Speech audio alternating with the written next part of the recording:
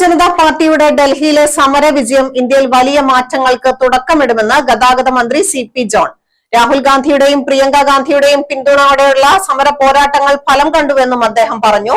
Kannur Payyambalam guest ഹൌസിൽ മാധ്യമങ്ങളോട് പ്രതികരിക്കുകയായിരുന്നു അദ്ദേഹം.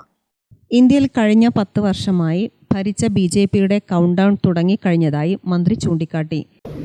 കോക്രോച്ച് പാർട്ടി എന്ന പേരിൽ, കോക്രോച്ച് ജനതാ പാർട്ടി എന്ന പേരിൽ തുടങ്ങിവെച്ച യുവാക്കൾ തുടങ്ങിവെച്ച സമരം കോൺഗ്രസും രാഹുൽ ഗാന്ധിയും പ്രിയങ്ക ഗാന്ധിയും മറ്റെല്ലാ രാഷ്ട്രീയ കക്ഷികളും, മതേതര രാഷ്ട്രീയ കക്ഷികളും ഇടതുപക്ഷ കക്ഷികളും എല്ലാം ഏറ്റെടുത്ത് ഒരു വമ്പിച്ച വിജയമായി വിദ്യാഭ്യാസ മന്ത്രി രാജിവെച്ചതോടുകൂടി കഴിഞ്ഞ 10 വർഷത്തിലധികമായി ഇന്ത്യയിൽ നിലനിന്നിരുന്ന BJPയുടെ സമഗ്രാധിപത്യം ഇന്ന് പുറകോട്ട് പോകാൻ തുടങ്ങിയിരിക്കുകയാണ്.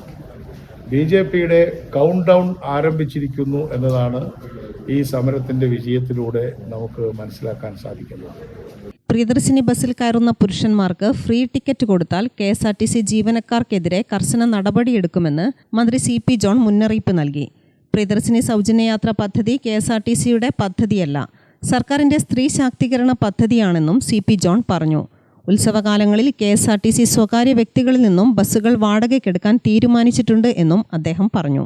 RT ഓഫീസിന്റെ സമയക്രമം നീട്ടാൻ ഉദ്യോഗസ്ഥരുമായുള്ള ചർച്ചയിൽ തീരുമാനിച്ചിട്ടുണ്ട്. ഇപ്പോൾ 1 മണിക്ക് ശേഷം തുറന്നു പ്രവർത്തിക്കാത്ത സാഹചര്യമുണ്ട്. എന്നാൽ മുഴുവൻ സമയവും ആളുകൾ പ്രവേശിച്ച് കൂടി നിന്നാൽ കാര്യങ്ങൾ നടക്കാത്ത സ്ഥിതിയുണ്ടാകും.